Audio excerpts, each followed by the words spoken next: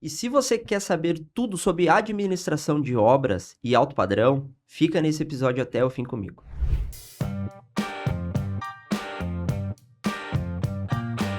Sejam muito bem-vindos a mais um Mastercast de Construção, o podcast que descomplica o mundo das obras. Muito prazer, eu sou o Felipe Nunes, especialista em transformar projetos em sucesso de vendas e mentor de futuros construtores. E esse episódio é um oferecimento de ProMaster Distribuidora, que descomplica a sua obra com os melhores impermeabilizantes e aditivos do mercado. E hoje nós temos aí os amigos do cimento nesse episódio. E aproveitando, usa o nosso cupom MasterCast Construção para ter até 10% de desconto em todos os itens da ProMaster aí. Aproveita. E para falar desse assunto, administração de obras em alto padrão, nós trouxemos uma galera que é especialista nisso. Então, se você gosta desse assunto, já deixa o teu like, te inscreve no canal, ativa o sininho das notificações para não perder nenhum episódio. E já compartilha com aquele teu amigo que está pensando em iniciar uma obra sozinho. E para falar de administração de obras, a gente trouxe duas feras no assunto. Pedro Neves e Gabriel Amorim, da Move Empreendimentos, que já tem mais de 70 mil metros construídos e são os caras especialistas para falar de administração conosco. Sejam muito bem-vindos, Pedro, Gabriel. Obrigado, E Felipe. me diz uma coisa, como surgiu, de onde saiu essa ideia de fazer a Move e fazer administração de obras? Na realidade, a Move, né, ela começou como uma construtora, como a grande maioria das construtoras começa quando o engenheiro se forma, né? Vamos realizar o sonho de se juntar e começar a construir. E como todo construtor, a grande maioria do aprendizado foi na dor. A gente começou investigando o mercado, aí analisamos uma crescente demanda no alto padrão, aí começamos a trabalhar com construções na modalidade de empreitada e fomos colhendo resultados. E em cima dos resultados a gente foi aprendendo qual que era o melhor caminho para a gente seguir, o que estava bom, o que estava ruim, colhendo algumas experiências de mercado também com outros construtores, com outras empresas do resto do Brasil. E aí a gente juntou essa experiência que a gente já tinha com empreitada, a famosa empreitada global, com esses conhecimentos que a gente foi colhendo de mercado até chegar num modelo de negócio ideal para atuar no segmento do alto padrão, residenciais sobretudo. Porque de obra, tratando-se da gente, que já vinha com uma experiência, uma bagagem grande antes de ter a Move, a gente já trabalhava com outras construtoras dentro de grandes empresas, grandes construtoras.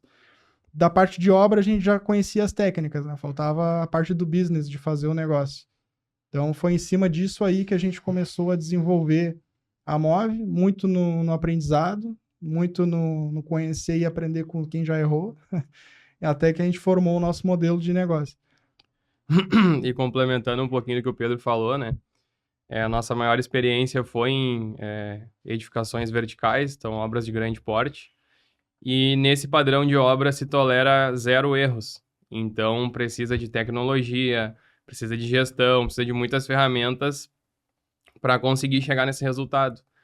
E a gente olhou para o mercado do alto padrão e a gente viu que 90% do mercado é muito informal, sem procedimento. Então a gente quis trazer essa engenharia que a gente aprendeu durante anos, tanto no curso quanto na experiência, para o mercado do alto padrão, que é uma das grandes dores dos nossos clientes hoje, porque tem obras que param na metade, falta de planejamento, estouro de custo, então a nossa gestão vem para resolver esse problema em específico. Trazer a engenharia para dentro de um mercado que a gente vê que não tem tanto. Show. Tá, e aí agora me surgiu uma dúvida, né? O que é uma boa gestão, né? Porque, pô, engenharia... Porque gestão para mim, pô, eu faço a gestão da minha empresa, tá tudo certo. Não deve ser diferente de fazer uma gestão de uma obra. Porque, pô, eu contrato um pedreiro, eu contrato uma construtora, tá tudo certo. Tem um valor global lá e vida que segue. Eu sei que eu vou gastar X na minha obra. Mas não é bem essa realidade que a gente sabe, né? A gente gosta de trazer sempre para os clientes um exemplo muito clássico, né? Como o Gabriel citou, a gente já construiu, estando na figura do engenheiro, para grandes construtoras de verticais, prédios de 15, 20 andares. E o que a gente vinha bastante? As construtoras desse nicho, né, desse segmento, constroem grandes prédios para vender apartamentos na ordem de 500 mil, 1 milhão, às vezes em média. E para fazer esses apartamentos com um valor de 500 mil, 1 milhão a preço de venda, há toda uma tecnologia empregada. Procedimento, verificação desses procedimentos, verificar se o serviço foi feito correto, como é que está o fluxo de caixa, o que está previsto ser gasto, o que está previsto ser recebido. Então, tá toda uma engenharia aplicada ali para vender um apartamento de 500 mil. E para nossa surpresa, a gente, no que migrou para o alto padrão de residências, a gente via que não existia esse mesmo comportamento para entregar casas que o valor de venda delas seriam 2,5, 3 milhões. Então, a gente via assim, um contrassenso aqui. Para vender apartamento de 500 mil, tem toda uma tecnologia, uma engenharia empregada. Né? Para vender casa, para fazer casas que valem 3 milhões, às vezes 4, 5 vezes o valor, não tem isso. E, pelo contrário, né? A informalidade é muito maior. Às vezes a gente vê trabalhador sem camiseta, a gente vê trabalhador de chinelo. Às vezes, na grande maioria dos casos, o cliente já contrata direto o pedreiro, né? Faz uma ponte, não passa por um intermediador. E aí que a gente começa a ver bastante cenários de obra que chega nos 80%, se arrasta por mais um ano para terminar os 20% final. O cliente não estava preparado para surpresas que não estavam no contrato daquele empreiteiro. Então, o que a gente via? Que para fazer uma boa gestão, respondendo a tua pergunta, é necessário a gente analisar 2 aspectos. Né? Gestão é basicamente planejar e controlar. A gente tem que dividir a gestão em 2 etapas. Primeiramente, planejamento. Segundamente, controle. Então, a gente divide essas etapas. A gente começa a gestão fazendo o planejamento da obra, fazendo uma análise de risco, de escopo, de prazo, de cronograma, trazendo todo o que a gente sabe de conhecimento para aquele projeto, para tentar mitigar qualquer surpresa. Tendo isso em mãos, é que a gente consegue extrair aquele orçamento da obra, o cronograma da obra, quais são os riscos, né? A gente vem aí de uma crescente de problemas, uma vez por ano tem alguma coisa, ou é uma pandemia, ou é uma enchente, ou é uma greve de caminhoneiro. Então a gente tem que ir cercando o cliente, porque no âmbito do planejamento, uma das primeiras coisas que a gente tem que analisar é trazer para o cliente previsibilidade. Então ele não pode estar acostumado com o fato de que obra atrasa e obra estoura orçamento. O jargão mais conhecido aí para o mercado, e isso até depois encontra todo mundo da construção civil, é que a obra atrasa e estoura orçamento. Porque justamente no planejamento não se tem um engajamento, para que a gente consiga trazer essa previsibilidade para o cliente. Então, às vezes, o cliente vai lá, contrata o pedreiro diz assim, não, tu vai gastar 500 mil na tua casa. Mas aqueles 500 mil ali, na verdade, é só para entregar 80% e o cliente não sabe.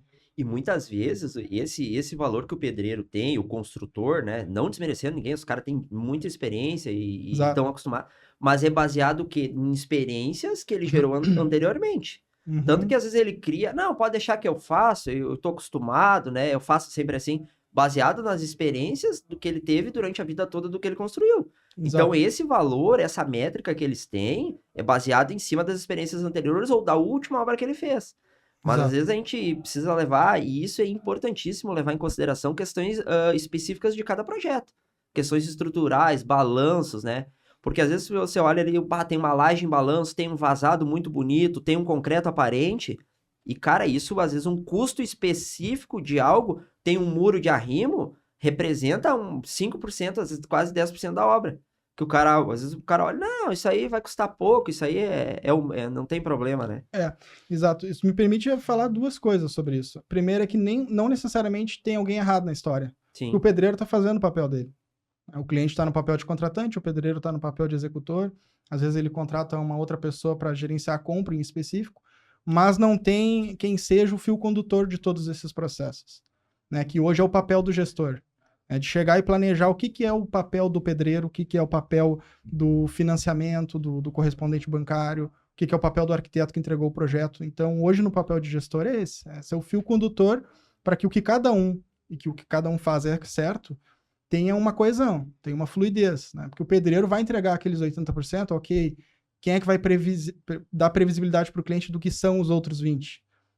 Estou um exemplo clássico, o pedreiro vai chegar lá, vai fazer a parte que lhe cabe, correto, vai receber o que lhe cabe.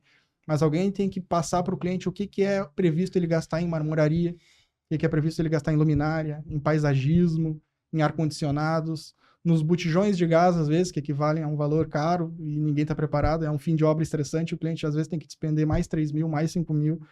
Então, trazer essa previsibilidade para que o cliente saiba que cada um está cumprindo seu papel, mas tem alguém olhando para o todo.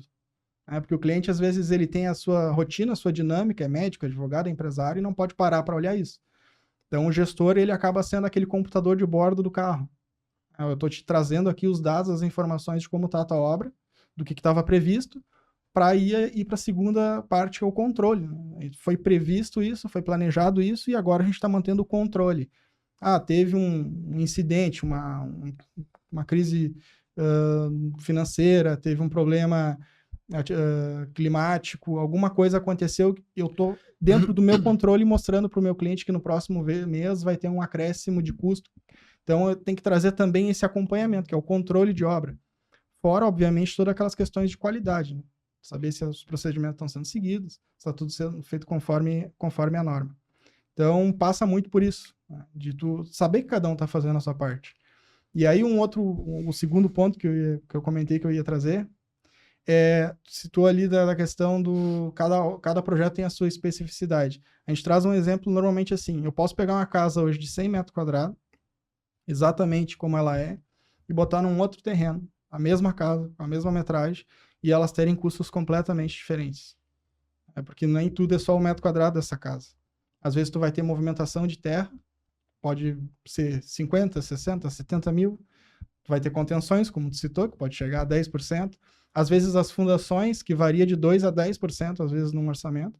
Então, veja, a gente está tocando em vários pontos caros e não estamos falando da metragem da casa ainda. Perfeito. E isso é um ponto, principalmente para o pessoal que eu dou mentoria, que quer escalar, que quer começar a construir para vender. Análise de mercado e principalmente aonde fazer e como fazer é fundamental. Por quê?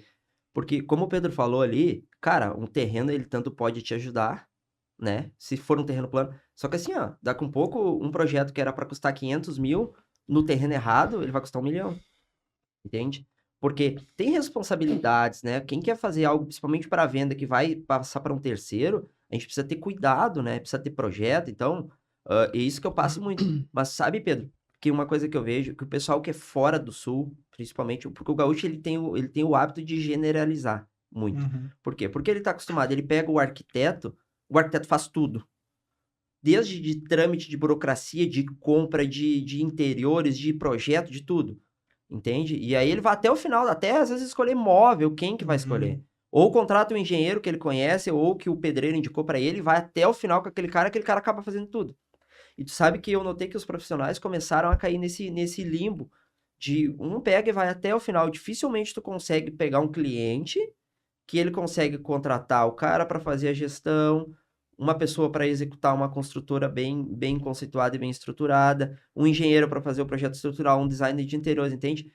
Eu noto que aqui, principalmente aqui fora daqui, o pessoal que a gente presta mentoria, que eu ensino, né, didática, ensino principalmente os construtores mais novos, fora do Sul, o pessoal fala muito que não, eu pergunto, entendo um pouquinho do mercado nas primeiras entrevistas, e o pessoal, não, aqui cada um faz a sua atividade. E aí que a gente comecei a entender que aqui, mais pro sul, ali, Paraná, Santa Catarina e Rio Grande do Sul, que o pessoal é meio generalista, que todo mundo faz tudo, assim, pega do início e vai dar, eu prefiro só tratar com o meu engenheiro até o fim, sabe? Eu não sei se essa é a mesma visão que vocês têm no mercado, principalmente para vocês que já executam vertical, se também no início o investidor ele tem essa mentalidade de ele querer centralizar, por exemplo, em vocês todo o processo, que vocês façam tudo para só tratar com vocês.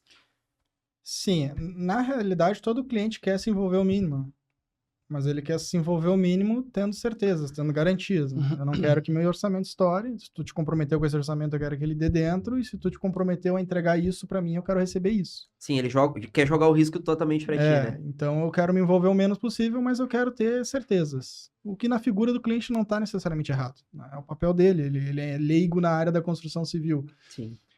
No entanto, isso que tu comentou é bastante comum aqui. No residencial de alto padrão, eu vejo pouco sendo oferecido o serviço de administração de obra. Eu vejo mais a empreitada global. Já para cima do país, em outras regiões, é bem mais comum a administração de obras. É o que tu perguntou do vertical. No vertical já é muito mais presente a questão do administrador. A construtora ou às vezes tem um time seu que faz essa gestão, ou ela terceiriza essa gestão, às vezes compra um empreendimento pronto já, né? Alguém que desenvolveu o empreendimento. Tem algumas empresas que trabalham só nisso, né? No desenvolvimento do produto. Escolhem o terreno, fazem um projeto para aquele terreno, aprovam, pegam esse projeto e vendem no mercado para alguma construtora que queira fazer.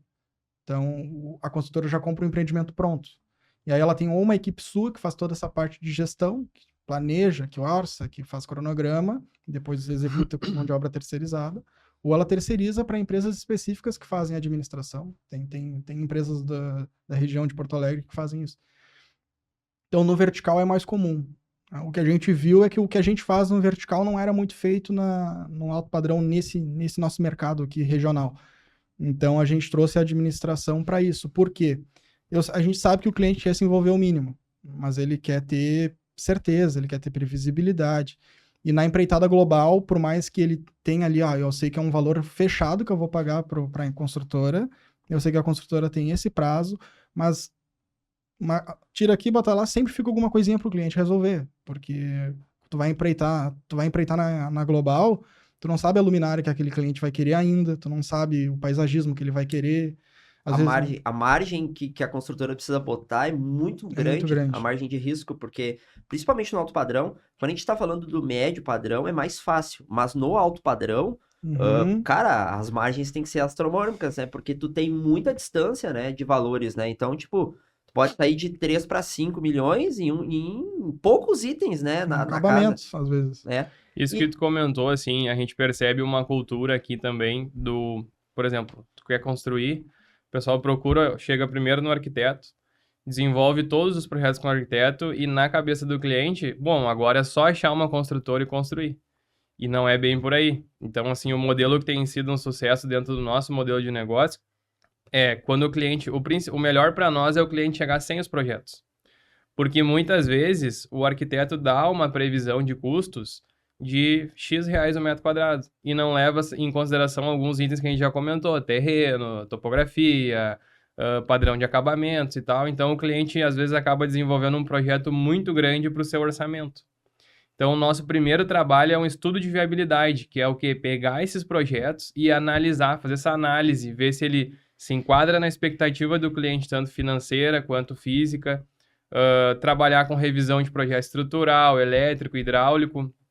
Então, a gente é um centralizador de todas essas disciplinas, porque muitas vezes, contratando direto um profissional para fazer tudo, não tem aquela especificidade do cara, eu quero colocar câmera, eu quero deixar uma espera para automação. Então, tudo isso a gente conduz no pré-obra, para a gente conseguir ter essa gestão depois durante a obra. Porque essas demandas, né, eu sempre observo que isso começa a surgir durante a obra, né?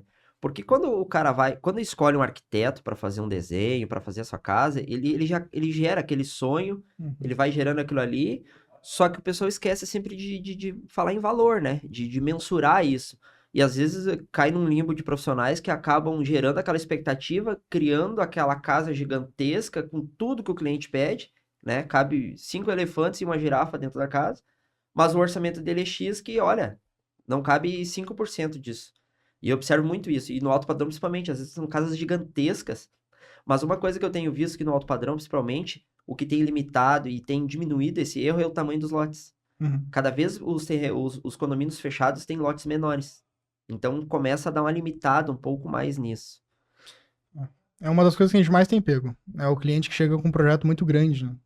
Então, porque ele tinha um briefing de custo e projeto que chegou na hora de construir, que aí chega para nós, né? A gente acaba sendo o mensageiro das trevas, que vai anunciar para ele que aquela casa ali não dá para fazer com o orçamento que ele previu. Não é que há um erro no que o arquiteto passou, não nada nesse sentido. Mas é que o cliente, às vezes, não sabe que para se mudar, tem uns 10% final de obra que representa 30% do orçamento. Então... esses 30% final de orçamento que na obra fisicamente representa 10%, que é um gasto muito alto. E eu vou te falar, como é que o cliente recebe essa informação? Porque ele criar um sonho, chegar com um projeto lindo, maravilhoso, e dizer que ele tem X para gastar, e vocês têm que olhar para ele e dizer, cara, porque na verdade tu tá ceifando o sonho do cara, né? Como tu falou, mensageiros das trevas. Porque tem que dizer, cara, não dá. Não, mas não dá, entende?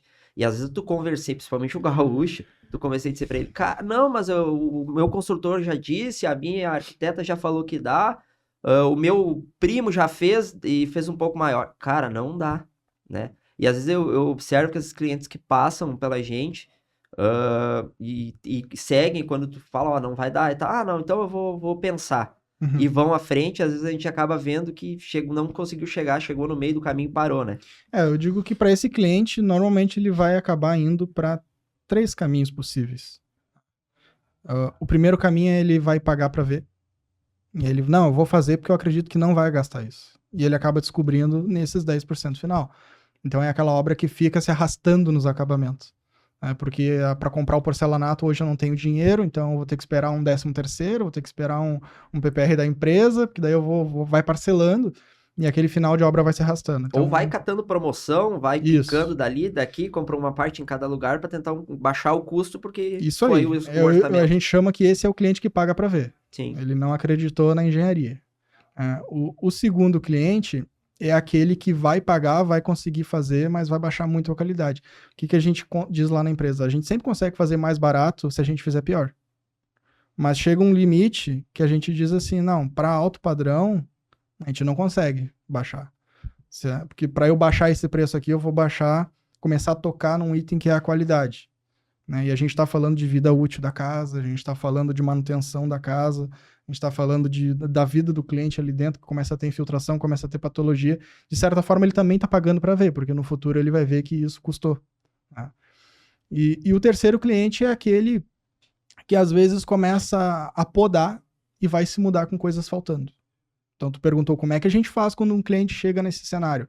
É o que o Gabriel citou. A primeira coisa que a gente faz é sentar com o cliente e fazer um estudo de viabilidade. Então, a gente tem que pegar todos os projetos, verificar se esses projetos primeiro fazem sentido. Porque às vezes alguém fez o elétrico, alguém fez o hidráulico, alguém fez a estrutura e ninguém se conversou. Não tem compatibilidade nenhuma, né? É o que mais acontece. Então, a gente às vezes leva um período ali de 1 a 2 meses fazendo isso. Compatibilizando. Já cansamos de pegar situações em que a gente muda os projetos. Contrata outro engenheiro para recalcular.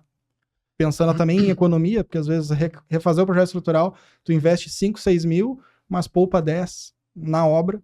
Às vezes é difícil do cliente enxergar, porque os 5 mil ele está pagando hoje, os 10 mil ele não vai ver que ele está poupando, porque vai ser diluído na obra. Sim. Então é todo um jogo de cintura, né, para tentar adequar isso. Então primeiro a gente faz esse estudo. A gente pega os projetos, analisa, vê se faz sentido. Os projetos, se estão revisados, se estão compatibilizados, a gente orça. Então, a gente vai orçar o que tem de tijolo, o que tem de aço, o que tem de concreto. Inclusive, fica a dica aqui para quem orça a obra, esse é o jeito certo de orçar, né? Eu sei que tem muita gente que vai por indicador, por parâmetro, por metro quadrado, mas nesse sentido, tu vai orçar por indicador e por parâmetro, mas tu vai ter que botar um BDI, um risco muito alto. Se tu tem um mercado que te paga isso, ok. Mas normalmente o jeito coerente é tu orçar discriminado.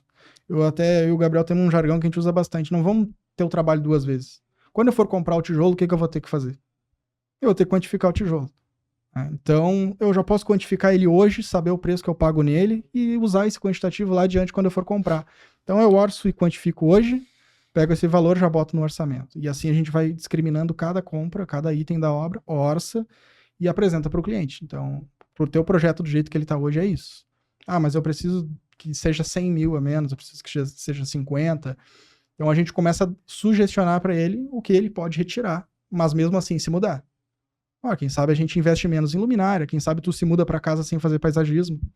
Então a gente começa a conduzir com o cliente uma forma de caber no orçamento dele, né? Sim, ajustar enquanto ele quer investir. E aí agora me surgiu uma dúvida. Quando a gente começa a ajustar isso, porque assim, o que é alto padrão hoje? O que é uma casa de alto padrão? E quando a gente começa a fazer esses ajustes de orçamento, a partir de que momento ela deixa de ser uma casa de alto padrão? O Gabriel tem uma frase boa sobre isso. O alto padrão, para nós, a gente sempre explica para o cliente, né, que não é uma casa grande num terreno caro. O alto padrão, ele é procedimento, é processo, é seguir normas técnicas, usar materiais normatizados. Então, essa pergunta que tu fez, a gente tem um limite em que a gente pode conversar com o cliente sobre padrões de acabamento, marmoraria, estudar algum ajuste no projeto, refazer um projeto, fazer a sondagem para realmente se certificar que as fundações não tá exagerado, fazer toda essa engenharia no pré-obra. Só que procedimentos de revestimento, impermeabilização, concreto, estrutura, isso é um item que é fechado para nós, a gente não mexe. Então é o que o Pedro comentou, a gente mexe nesse orçamento geral até certo ponto, no que não envolve estrutura e qualidade da obra.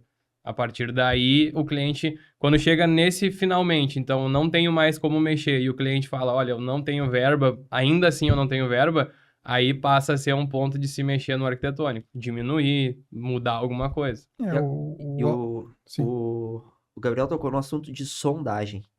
Cara, é imprescindível fazer sondagem. Uhum. Por quê? Porque às vezes a gente vai calcular uma fundação e alucina porque o lote 2, 3 lotes para baixo deu uma em vista, foi feita sondagem numa obra próxima, e às vezes o solo em pouca distância ele muda muito, né, as camadas do solo. E isso, principalmente fundações profundas com estacas e sapatas, a gente sabe que tem muita diferença de custo, né? Porque é um dinheiro que fica enterrado numa obra, né? Uhum. Dependendo assim, do valor ali, é o quê? 5%? De fundação? É, Pode variar de 2 a 10, depende. 2 E a a 10%. cultura do nosso mercado é não fazer sondagem. 100% do cliente que chegou para nós até hoje com projetos prontos, chegou com um projeto sem sondagem. E 100% das vezes a gente executa a sondagem, porque a gente faz esse trabalho, e a gente sempre tem que mexer no projeto de fundações. Ou ele está subdimensionado ou ele está superdimensionado. É muito raro tu encontrar alguém que não fez a sondagem e dimensionou corretamente uma fundação. Mas é um chute? Daí? É um chute. É um É um chute. chute Porque a baseado na norma referência. exige, tem uma normativa técnica, então nós, como os responsáveis técnicos, não cabe a nós escolher se a gente quer ou não. A gente precisa seguir. Tem que ter base, tem que ter dados, né? Porque como que vai calcular? Porque, por exemplo, uma estrutura de concreto armado, você vai calcular em cima das cargas Isso. daquela estrutura. E a fundação é a mesma coisa. Tu vai calcular em cima da resistência do solo, é isso? E Isso a gente costuma dizer que, assim, uma casa de alto padrão, vamos trabalhar com o valor de 1 milhão aqui para os nossos exemplos, que é mais fácil de calcular. Sim. Quando tu vai fazer a extração de um dente, tu vai fazer um raio-x. Com E certeza. esse raio-x é muito mais barato que extrair o dente. Tu imagina se tu não faz o raio-x e extrai o dente errado. Como que resolve isso aí depois? Então a gente tá falando que uma sondagem custa aí na faixa de R$2.000, R$2.500. Né? E tu vai conseguir ter a certeza que as tuas fundações elas estão projetadas corretamente. Então num projeto de 1 milhão, tu vai se preocupar com 2.000 da sondagem? Essa informação a gente passa pro cliente. É um grão de areia no deserto, né? Já teve casos que no mesmo condomínio, num lote deu estaca de 40 centímetros e 6 metros de profundidade, e uma quadra pro lado deu estaca de 30 com 4,5. Tu vai verificar a quantidade de concreto, aço, tempo, mobilização que isso gera, paga 5 vezes a sondagem. Com certeza. Então, não vale tu investir para trabalhar numa zona desconhecida, numa zona cinzenta. É o princípio. É o que eu vejo muito. Porque é uma questão normativa, na verdade. E a galera generaliza, entende? Porque tem alguns processos que são fundamentais que eu vejo que o pessoal parece que aboliu, assim, tipo, botou uma pedra em cima. Não, isso aqui não precisa mais, sabe? E isso me preocupa, porque, principalmente no custo final da obra, isso são coisas que impactam muito no custo, né? Já teve casos que a gente pegou a casa com estacas e com um bloco de 6 estacas, 5 estacas. A gente já fez prédio vertical que não tinha isso.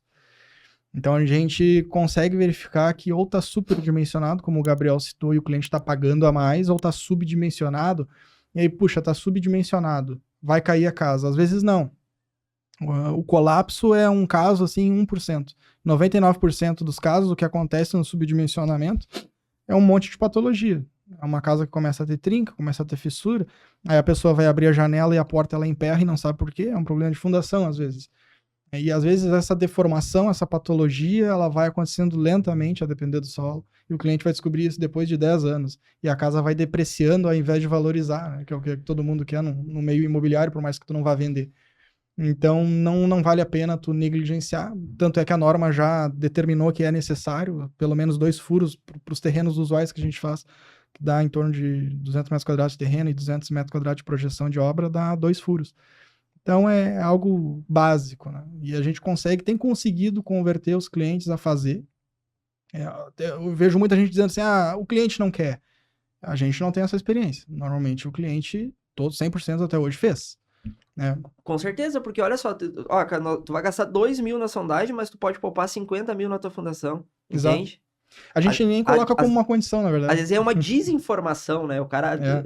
Porque no processo aquilo foi botado uma pedra em cima e o cliente não tem essa clareza, porque ele não sabe, né? Então aí acaba indo pelo profissional e acaba passando. Eu digo assim, tu tá procurando uma construtora, uma empresa de engenharia, enfim, tu tem que confiar que é um engenheiro. no que eu tô te dizendo. Sim. Tá dentro da norma, tá previsto. E aí, se o cliente ainda assim insistir, eu trago para ele os motivos, né? Não é à toa. Tu perguntou ali do que é o alto padrão, eu tenho uma definição de que alto padrão é conceito. Então, essa questão da sondagem tá atrelada a isso também. O alto padrão ele é um conceito. Então, o cliente ele buscou por um condomínio, que é de alto padrão, tem lotes de alto padrão, porque são lotes com topografia acidentada, é um clube com infraestrutura. Então, ele já procurou um condomínio e um lote de alto padrão. Aí ele foi atrás de um arquiteto que pensou uma arquitetura de alto padrão. Aí ele vai fazer projetos de alto padrão também, elétrica, hidráulica, ele quer um aquecedor, às vezes, abastecido por energia solar, ele quer fotovoltaica, então ele está buscando nos projetos alto padrão. Então, tudo isso, esse invólucro, é de alto padrão. Então, não tem como a gente chegar lá e desligar um botão, e esses itens aqui não serão alto padrão. Tudo é o conceito de alto padrão. Então, às vezes, o cliente chega e diz, não, mas a minha casa não é alto padrão. Poxa, tu está num terreno alto padrão, fez um projeto com um arquiteto alto padrão, os teus projetos complementares são de alto padrão, não dá agora, na hora de orçar, a gente considerar que não é alto padrão. Ou tu vai te mudar para uma casa com um piso cerâmico 30 por 30. Então, se tu já trouxe todos esses conceitos na origem, né, das duas uma, ou tu a partir de agora define que tu não vai mais construir, ou tu assume que tu errou o lugar que tu escolheu, os projetos que tu quis, e troca de condomínio, troca de bairro. Às vezes é a promessa, né? Quando cai lá no limbo, faz aquilo ali e gera uma estimativa de custo X que na realidade é outra, né? Na prática, o que daí o cliente acaba fazendo? Acaba pagando mais barato para fazer pior, e acaba fazendo pior, e aí ele acaba investindo um pouco mais nos acabamentos. É daí que a gente acaba descobrindo que para muitos o alto padrão é uma casa grande com acabamento caro. Mas o reboco foi feito mal, as fundações é feito sem sondagem, aí pagou muito mais na fundação, ela vai recalcular com o tempo, a impermeabilização é deficiente, depois de 10 anos ela começa a perder a estanqueidade. Então o alto padrão está atrelado a esses processos. Eu vou citar um exemplo bem clássico, tá? O que a gente consegue desligar no alto padrão? Chega um mínimo, tem um mínimo que é técnico. Eu tenho que ter um tubo de água normativo para água fria e um tubo de água normativo para água quente. Mas o meu cliente ele é alto padrão, ele pode pagar por um conforto, por um plus. Eu posso querer escolher colocar o tubo de água quente para fazer água fria e quente. Ele vai ter um conforto maior. Tá? É muito comum em regiões no verão, aquela tubulação que passa embaixo do telhado, a tubulação de água fria esquenta, tu liga a água fria, ela sai quente. Porque aquele duto ele esquenta muito. Em algumas situações, por questão de conforto, a gente usa o CPVC ou o PPR nas duas redes. Não é que eu posso fazer menos e ainda assim tecnicamente está correto. Né? Eu posso fazer menos e ainda assim tecnicamente está correto. Agora, eu estou fazendo a mais porque o meu cliente pode pagar por esse conforto. Então, assim, não é alto padrão, não vamos fazer impermeabilização. Não. O mínimo é fazer. Essa garantia de impermeabilização, o mínimo é tanto. Então, a gente parte daí. E aí, às vezes, tirar essa mística da cabeça do cliente que não, eu não quero fazer um alto padrão, não quero gastar tanto. E descobrir que ele tá errado é no briefing dele. Esses jargões que é difícil da gente tirar da mente, né? O pessoal vai indo, tipo, uma mentira falada várias vezes se torna uma verdade. Não precisa, eu não uso, eu nunca fiz, eu sempre fiz assim. E isso mudar essa mentalidade para um cara que é de alto padrão é muito difícil. E eu quero agradecer a você que tá nos acompanhando aí, ficou com nós até agora, com esse baita desse conteúdo aí de administração de obras e alto padrão. E eu tava conversando com os meninos aqui no bastidor, e o melhor comentário desse programa, olha só, o melhor comentário vai ganhar uma consultoria com o Gabriel e o Pedro, e comigo junto, online de 1 hora, como a gente tem feito nos outros episódios. Vai falar de administração, vai falar de alto padrão. Então, se você tá pensando em construir, tá pensando em fazer algo vertical, um investimento, construção para venda, a gente vai tirar todas as suas dúvidas em 1 hora de consultoria online e de graça. Então, deixa o melhor comentário, comenta mais de uma vez aí. O pessoal aí, os guris tem nesses minutinhos aí, a gente já deu muito conteúdo legal aí e com certeza vai ser uma mentoria, um plus a mais aí para nossa audiência. Quero agradecer também a ProMaster aí, que vem com toda a linha da SIC Protocol aí de impermeabilizantes no mercado aí há mais de 25 anos aí conosco. Então tem todos os produtos aí. Entra em contato com o pessoal da ProMaster aí, ó. Aqui, ó, deixei ali, ó. Tem alguns produtos deles aí, os Amigos do Cimento, que você vai usar do início até o final da sua obra. Então chama a galera ali, eles são sensacionais. te dão assessoria técnica, te explicam, o pessoal tem toda uma atenção, vai até a tua obra, te explica, né? Orienta o teu profissional se ele não tem tanto conhecimento quanto a isso, ao uso, né? Então o pessoal aí é sensacional. E agora, a pergunta que não quer calar. Tem cliente que quer alto padrão, mas não quer pagar por alto padrão? Tem bastante. É o que mais a gente encontra aí no mercado. Às vezes ele não é que ele não queira pagar, mas ele descobre que ele fez, é o que a gente estava citando antes, ele fez um projeto que não condiz com a realidade de pagamento dele. Na verdade, ele não errou no seu orçamento, ele errou na sua concepção de projeto. E às vezes é difícil voltar atrás, porque ou já investiu no terreno, ou tá com pressa, já deu entrada nos projetos, já deu entrada no financiamento, e aí é muito tarde para voltar atrás. Então, o nosso trabalho, uma coisa que a gente citou antes, né? O cliente quer alguém que seja do início ao fim, aquela pessoa com quem ele vai centralizar as ações, que ele não fique pipocando de porta em porta. A gente se coloca como essa pessoa. Então, a gente faz o estudo de viabilidade, que o Gabriel citou, porque o nosso primeiro propósito é viabilizar para o cliente. Né? Por isso que a gente faz um estudo de viabilidade. Então, a gente pega os projetos, a gente analisa tudo, chega para o cliente e diz, ó, esse teu projeto custa tanto. Ah, mas eu não posso pagar, ou ficou acima do que eu posso, então vamos viabilizar isso. O que a gente pode fazer?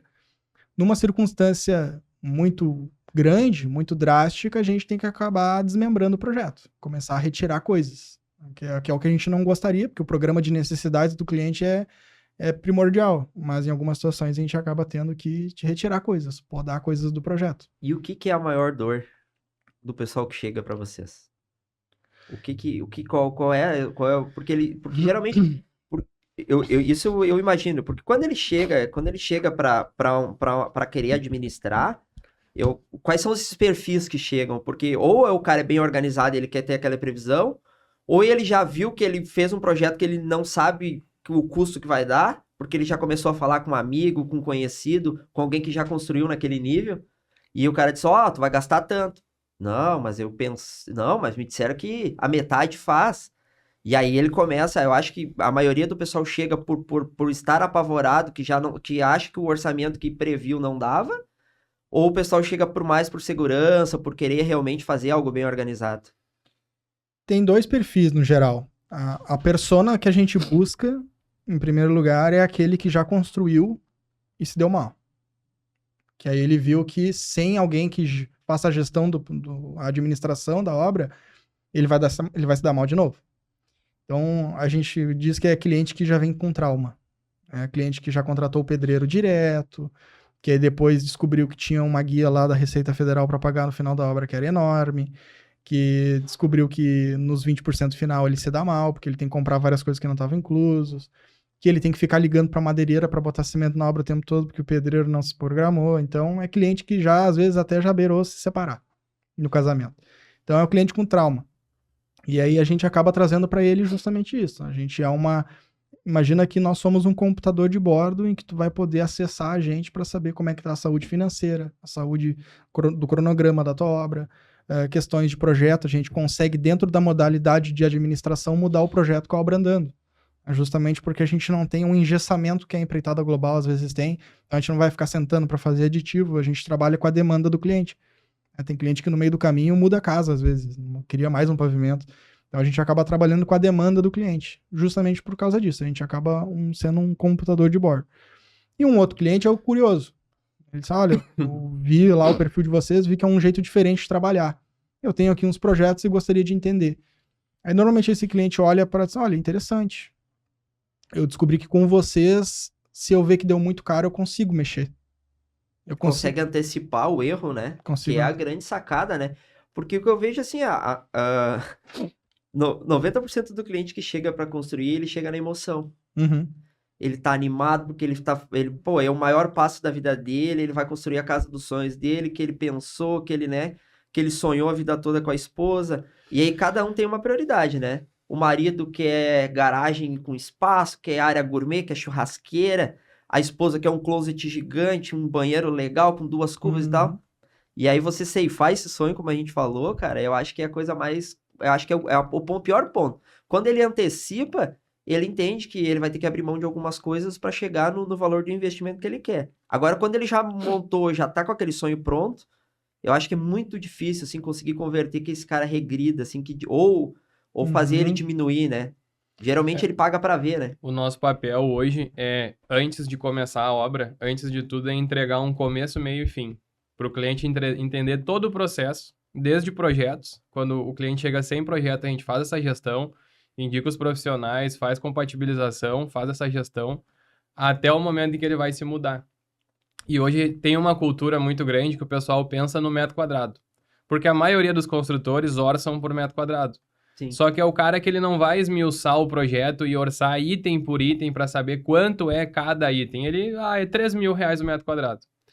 E o cliente que não passa por esse começo, meio e fim, ele pensa assim, 3 mil, minha casa é 100 metros, vai dar tanto, começa a executar.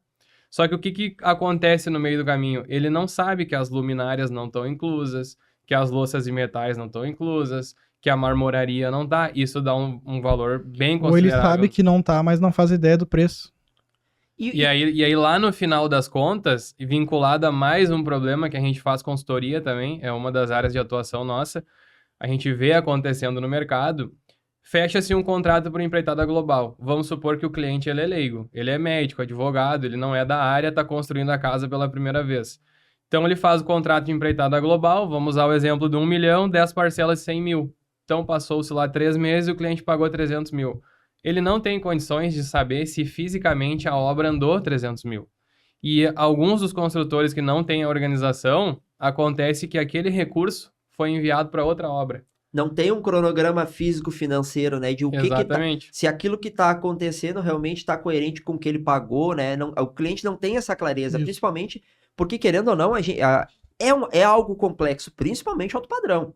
Porque são muitos itens. Quando a gente está falando do médio e baixo padrão, são obras mais simples. Quando a gente cai para o alto padrão, ali tu cai para a parte de automação, sistemas de água quente. Cara, são custos autónomos, piso aquecido, caldeira, né? Que tem esses plus, né? Elevador que muitas casas grandes têm. E principalmente luminotécnico, que são projetos astronômicos, que vai botar aí, sei lá, 500, 600 luminárias, dependendo, de uma casa aí de 400, 500 metros. Isso é um valor absurdo. Que na Nem conta... consegue orçar. Não, porque na conta final, na conta inicial dele ali, 1 metro quadrado é a obra casa pintada, né? Dependendo de uma casa de um tamanho grande aí, por exemplo, Sim. só em pedras e granitos aí, nós estamos falando de 50, 100 mil reais. E aí o cliente, lá no sétimo, oitavo mês, ele começa a se dar conta que ele já pagou 80% e que a obra não andou os 80%. E aí já começou a reduzir a quantidade de equipe que está lá disponível. Aí começam os sinais de que aquele empreiteiro não vai concluir a obra dele. Então aí a dor é grande. E muitos dos clientes financiam a obra, então estão pagando juros obra e tem a demanda de acabar dentro do prazo. Sim. Então isso são garantias que a gente consegue trazer para o cliente, que é a previsibilidade. Então quando tu orçou a obra item por item, no momento que tu vai executar eu consigo controlar. Porque quando eu acabar de executar minhas fundações eu sei quanto custou. E se custou dentro do que eu previ. Então, se deu um estouro ali, por exemplo, 3% nas fundações, a gente já sabe que tem que economizar em outro item. E esses itens que tu comentou, assim, luminárias, louças, a gente tem um histórico de obras executadas e a gente tem uma base de dados bem condizente com a realidade. Então, quando a gente monta o orçamento detalhado, a gente já prevê uma verba. E essa verba, ela é real. Só que a gente sabe que as luminárias tu pode gastar 15 mil na casa inteira, como tu pode colocar um lustre de 50 mil. Mas isso é uma escolha do cliente. E o que é muito legal que eu vejo é que com esse sistema de administração, esse pré-orçamento, tudo discriminado, vocês vão ajustando isso. Isso está atualizado o tempo todo, dia após dia. Isso aí. Porque hoje o orçamento que tu fez para o cliente antigo, tu já atualizou, aquilo custou mais ou menos. Para o cliente que está chegando hoje no escritório da Move, ele já está tendo o orçamento atual. Isso. Então, dia após dia, cliente após cliente, aquilo está sempre 100% atualizado. Não é algo defasado, por exemplo, do cara que pegou lá do ano passado, quando ele iniciou e tal, né? A gente trabalha com banco de dados próprio. Né? Então, a gente tem uma precificação do que está sendo pago próprio. Então, o que o último cliente pagou em cimento é o valor que eu vou considerar em cimento no próximo orçamento, amanhã. Né? Fora questões de variação de preço, BDI, NCC que ficam no orçamento também, isso também é aberto para o cliente.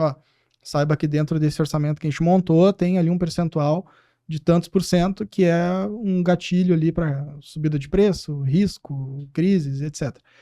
Mas a grande questão é que uma construtora de empreitada global faz a gestão para si própria, faz para interno. Então ela orça, ela faz cronograma e deixa para si. E tá certo.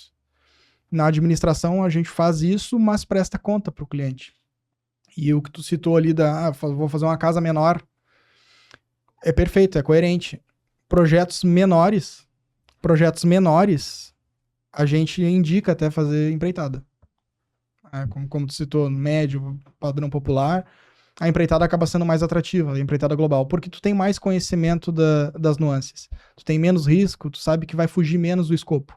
No alto padrão, eu vejo quase como é difícil tu viabilizar para o cliente do alto padrão fazer empreitada, considerando que tu vai ser o responsável do início até ele se mudar. A menos que tu vai fazer uma empreitada parcial. Que é o que na prática a maioria faz, né? Eu vou fazer uma empreitada, mas ela é parcial. Eu não vou colocar para ti grama. Eu não vou botar no meu orçamento as tuas luminárias. Então acaba sendo uma empreitada global.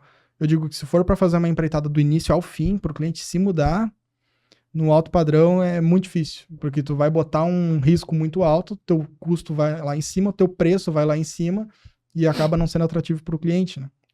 Porque tem mais esse detalhe. Quando o cliente opta pelo sistema de administração, costuma dar um pouco mais barato. Porque ele não está pagando a margem de risco para a construtora, né? Que no caso seríamos nós.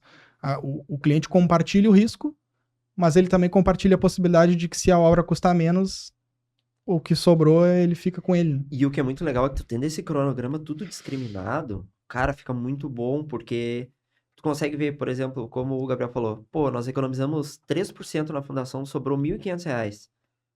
Ó, cliente, a gente tem a possibilidade de repente, usar aquela pedra melhor, porque nós já temos um caixa. Mesmo. Então, a gente vai ver durante o percurso da obra, sobrou, nós temos R$ 10.000 em caixa do orçamento previsto. A gente consegue botar aquele piso melhor, a gente consegue fazer, né? Então, tu vai surgindo essas possibilidades. E o cliente consegue enxergar especificamente como que tá, em que prazo que tá, onde que tá o dinheiro dele. E o sonho, né, que é o mais importante, porque, pô, fazer uma casa desse tamanho não é fácil, né? A gente entende, né? Sim. E a gente vê a frustração no mercado. Um dos grandes detalhes, até para complementar, que é bom e positivo para o cliente, é que ele paga para o fornecedor. Então, ele vai contratar a Move como construtora, que vai administrar a obra, mas o cimento ele vai pagar direto para o fornecedor. O impermeabilizante ele vai pagar lá direto para o pessoal do fornecedor da SICA, enfim, ele vai pagar direto. Sim, então, ele vai ter a certeza que o recurso dele é para a obra dele. Não vai ter aquele problema de tu estar financiando outras obras da construtora. Sim, fica, é algo bem claro, né, e aberto, né? Transparente. Não tem aquela história, mas eu tô comprando junto com a outra obra porque eu vou conseguir um desconto, e aí tu sabe que o recurso está sendo empregado especificamente para aquele item, o item tal para tal etapa da obra, né? E eu complemento assim, não existe um sistema melhor e um pior, tá? A administração não é melhor que empreitada, seja ela global, seja ela só de mão de obra, seja ela, enfim, e vice-versa. Para cada modelo de negócio, tu tem que adequar aquele que se encaixa melhor. Então, para os nossos clientes, nesse perfil de cliente que quer previsibilidade, ele também não definiu ainda tudo que tem na obra, ele não sabe que piso ele vai escolher, ele não sabe que mármore ele vai escolher. A administração acaba sendo melhor justamente por causa disso, ela é flexível, né? Então tu consegue ir adaptando. Daqui a pouco o cliente não se preparou para gastar 40 mil em marmoraria, mas a obra já economizou 10. Aí ele consegue investir. Vai ajustando. Nos outros padrões eu já vejo a empreitada entrando um pouquinho melhor na frente. Então cada modelo tem a sua especificidade, eu acredito que no alto padrão tem sido mais... É uma relação mais saudável para a construtora e para o cliente. Né? Para todos, né? Porque se eu tenho certeza que o cliente vai ter um recurso para chegar até o final como executor, como construtor executando... Para ti é seguro. Com certeza, é muito mais tranquilidade, porque tu corre um risco enorme quando tu orça no global de chegar no meio do caminho, porque tu não sabe se o cliente tem aquele recurso todo. Principalmente quando tem financiamento, que tu tem as etapas, precisa, né, tá com aquele cronograma mais ajustado e tal, precisa dar... Aí às vezes precisa antecipar aí as etapas. Comprar esquadria antes, né? Comprar algumas coisas antes e só paga quando a etapa está concluída. Então, essa organização é fundamental. Para a nossa gestão também é bem-vinda pela mão de obra. A mão de obra gosta quando a gente está participando. Sim. Porque é uma mão de obra que sabe que o material vai estar todinho ali. Organização. Vai chegar no prazo. Que o canteiro foi pensado para que quando chegue uma carga de areia, ela não estrove o caminho de um pallet de argamassa. Então, a gente faz um projeto de canteiro. A gente faz projetos executivos de como eu quero detalhar para a mão de obra que ela faça a lareira. Então não fica faltando informação, não fica a mão de obra improvisando, não fica a mão de obra ligando lá para o arquiteto. Ah, como é que é esse detalhe aqui? Não fica a mão de obra tucanando o cliente, não chegou o cimento. Então a gente consegue atender bem a mão de obra também. Não fica inventando moda, né? Não fica fazendo gambiarra, não fica, né? Exato. Não tem a medida, vou fazer do jeito que eu tô acostumado, né? Isso Que a gente vê mesmo. muito. Cara, eu queria, para nós vir fechando, para mim, é um mercado mais próspero do Brasil. Não tem nada mais próspero que esse mercado tão bom que a gente fez. O programa surgiu com essa ideia de trazer informação, de trazer conhecimento técnico, trazer algo sem filtro, que é aquilo que não aparece no bastidor, que parece que a pessoa fica escondendo. É isso que a gente tem se propôs a fazer. Os guris também vieram aqui de coração aberto, com propósito. Eles fazem o que eles amam, assim como a gente. E isso que é muito legal. E eu queria que vocês deixassem uma mensagem para quem quer entrar nesse ramo. O que precisa ter para entrar nesse ramo? E para o profissional que quer entrar no ramo de alto padrão, de administração, o que ele precisa ter? O que ele precisa se preparar? E deixar uma mensagem para um cliente que quer construir um alto padrão, o que ele precisa, quais são os atributos, o que ele precisa avaliar antes de começar a construir. Bom, para quem quer entrar no mercado, né, o profissional que quer entrar no mercado, a primeira coisa que eu diria é ser resiliente. Isso é fato. É muito mais confortável tu trabalhar lá atrás de uma mesa, no escritório, com um computador. Certamente é mais confortável. Vai trabalhar com construção civil, tu tem que ser resiliente. Tu vai passar por desafios, vai passar por variação de preço, por crise de mercado, por cliente às vezes que é indeciso, o cliente às vezes é difícil, mas no fim tudo dá certo. Então, ser resiliente e, sobretudo, tenta não aprender com erro.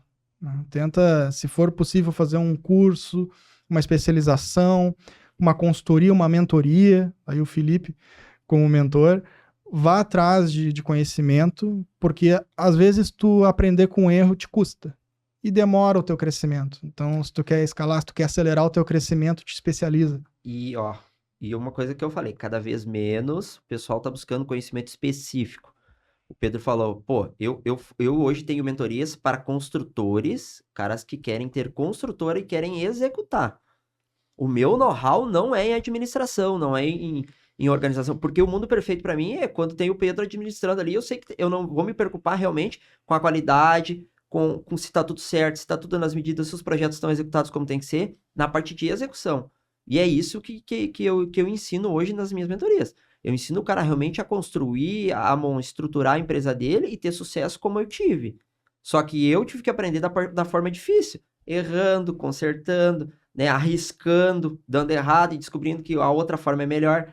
E hoje a gente tem, com o digital, a gente tem a possibilidade de encurtar esse processo. E eu vejo que o pessoal cada vez mais tem mais preguiça de buscar esse conhecimento. Vocês também hoje têm, o pessoal que tem escritório de engenharia, que quer se especializar, que quer ter esse know-how, que quer aprender essa forma de fazer. Hoje vocês na Movem também, vocês têm essas consultorias, essas mentorias. Sim.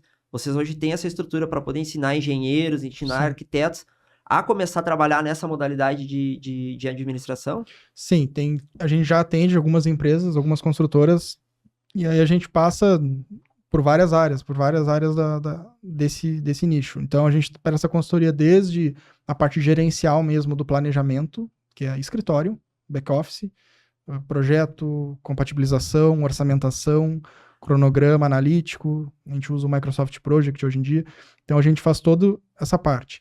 Mas também tem consultora que nos busca na parte de processo executivo. Como é que eu faço a minha impermeabilização? Como é que vocês me ajudariam a desenvolver um revestimento de fachada mais resistente, com fibra, sem fibra? Também a gente já presta consultoria de pós-obra, uma construtora que está com dificuldade de pós-obra. A gente consegue atuar no que gera o pós-obra e não só no pós-obra em si. Então a gente atende sim essa parte. E a gente foi uma empresa que cresceu muito aprendendo na dor. Então eu digo, se a dica que eu posso dar é não paguem para aprender na dor, porque às vezes é sério, uma empresa pode quebrar com isso. Uma empresa pode se inviabilizar com algum passivo. E eu digo passivo de obra, passivo trabalhista, passivo com o cliente, às vezes que te processa, Total. Com pós-obra. Hoje um dos maiores gargalos, o que mais quebra construtoras é pós-obra, Porque para cada obra que tu tá fazendo, se tu já tem 10 entregues, tu tem um orçamento para a obra que tu tá fazendo e 10 orçamentos para as obras que tu tá entregue. Então, se tu não tem um checklist de entrega, se tu não tem um termo de garantia assinado e entregue pelo teu cliente, Manual do um usuário. manual do usuário, se tu não tem uma trinca de documentos necessários, tu tá com 10 possíveis pós-obra que um dia pode te quebrar. Porque, às vezes, isso é perfeito. Isso eu ensino. Isso eu aprendi errando, como a gente fala. A gente aprende sofrendo. Porque quando eu comecei lá 10, 12 anos atrás, não tinha quem ensinasse.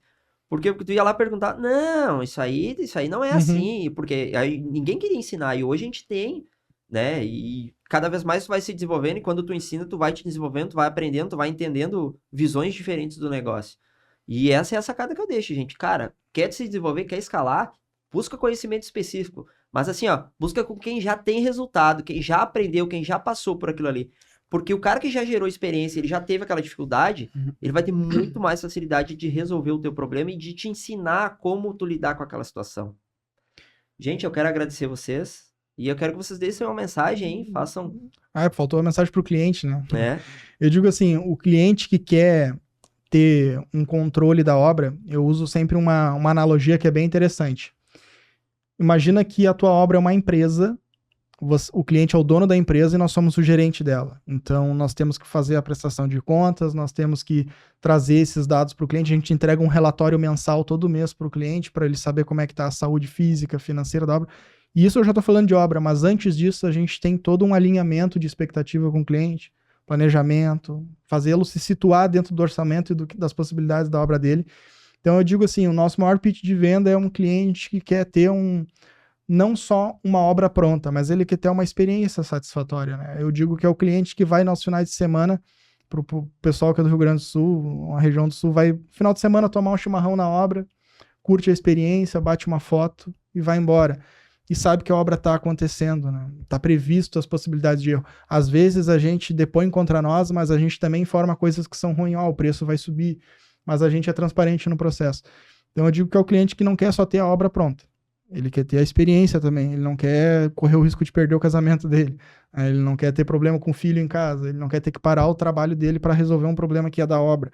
Então a gente se coloca hoje como uma empresa que vai entregar o serviço, obviamente, mas vai entregar uma experiência satisfatória para o cliente, porque esse é o nosso trabalho. É pegar o que é do nosso dia a dia, que é chato para o cliente, transformar em algo palatável e entregar em forma de resultado para o cliente. Esses são os indicadores da tua obra. Fique preparado, fique ciente e a gente vai trabalhando isso em conjunto. Então, eu convido os clientes a conhecerem essa experiência, que a gente tem colhido bastante resultado bom, sempre tem saído de forma satisfatória o resultado. Show, muito bom. Eu quero agradecer então, pessoal, vocês que ficaram conosco até aqui, né? Agradecer ao nosso patrocinador da ProMaster, né? Precisou de impermeabilizantes e aditivos para sua obra? Chama o pessoal aí, que eles vão dar uma assessoria fantástica para vocês. Pedro, Gabriel, quero agradecer vocês. Muito obrigado por vir dividir esse conhecimento. E a gente não pode esquecer também, né? Não esqueçam, o melhor comentário, ganha uma consultoria conosco, falando de administração, falando de alto padrão, tirando as tuas dúvidas, para, de repente, poder antecipar um futuro problema que você pode ter na sua obra. Isso mesmo. Eu que agradeço, Felipe. Satisfação. Até mais. Até a próxima oportunidade. Então tá, Obrigado. pessoal. A gente agradece. Muito obrigado. E não percam o próximo episódio, hein?